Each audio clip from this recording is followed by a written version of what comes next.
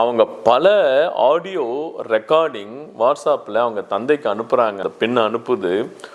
அவ்வளோ கஷ்டப்பட்டு கொடுமைப்படுத்தியிருக்காங்க, அவ்வளவு கஷ்டப்படுத்தியிருக்காங்க அந்த பொண்ணை.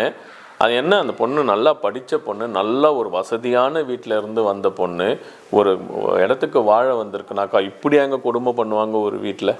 இது ரொம்ப ரொம்ப நினைத்து பார்க்க முடியாத ஒரு கொடுமையாக இருக்குங்க. அவங்க என்ன சொல்கிறாங்க, 500 சவரன் போடுறேன்னு சொன்னாங்கல்ல, 300 சவரன் போட்டாங்கல்ல, 200 சவரன் போய் வாங்கிட்டு வா அப்படின்னாங்க. என்ன பணம், என்ன சவரன் என்ன 5 ரூபாய் விற்குதா, 10 ரூபாய் விற்குதா? ஒரு சவரன் இன்னைக்கு பார்த்தா கூட 80,000 ரூபாய் ஒரு சவரன்.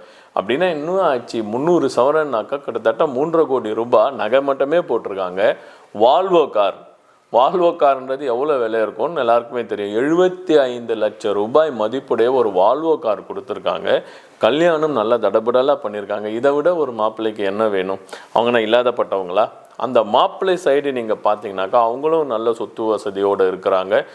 ஒரு 20 லட்சம் ரூபாய் மாத வருமானம் வாடகையாக மட்டும் வருது, அவங்களுக்கு வருமானம் வருது அப்படின்னு சொல்கிறாங்க. அதை விட என்ன வேணும் அவங்களுக்கு? ஒரு நல்ல பொண்ணு, நல்ல மனசுள்ள ஒரு பொண்ணு அமைஞ்சிருக்காங்க, கல்யாணம் பண்ணியிருக்காங்க. அந்த பொண்ணையும் அவ்வளோ கொடுமை பண்ணியிருக்காங்க அவங்க. இந்த மாதிரி சமூகத்தில் இருக்கிறவங்கள வெளிச்சத்துக்கு கொண்டு வந்து அவங்களுக்கு தண்டனை வாங்கி கொடுக்கணுன்றது தாங்க எங்களுடைய உண்மையான ஒரு நோக்கமாக இருக்குது. ஏன்னா சாதாரண ஒரு கொலை குற்றமோ இல்லை திருட்டு குற்றமோ நடந்ததுன்னா ஏதோ இல்லாதவன் திருடுறான் சொல்லிட்டு விட்டுட்டு போகலாம். இவங்க இவ்வளவு வசதி வாய்ப்புகள் இருக்கிற ஒருத்தவங்க, நீ 100 கோடி கொண்டு வா, 100 கோடியில் நாங்கள் பிஸ்னஸ் ஆரம்பித்தாதான் ஆகணும் அப்படின்னு. அது இல்லாமல் மென்டல் டார்ச்சர். அந்த அம்மா மாமியாராகப்பட்டவங்க அவ்வளவு டார்ச்சர் கொடுத்துருக்காங்க அந்த பொண்ணுக்கு. அது என்ன பண்ணோம், சின்ன பொண்ணு செல்லமாக ஒரு இடத்துல இருந்து வளர்ந்தது.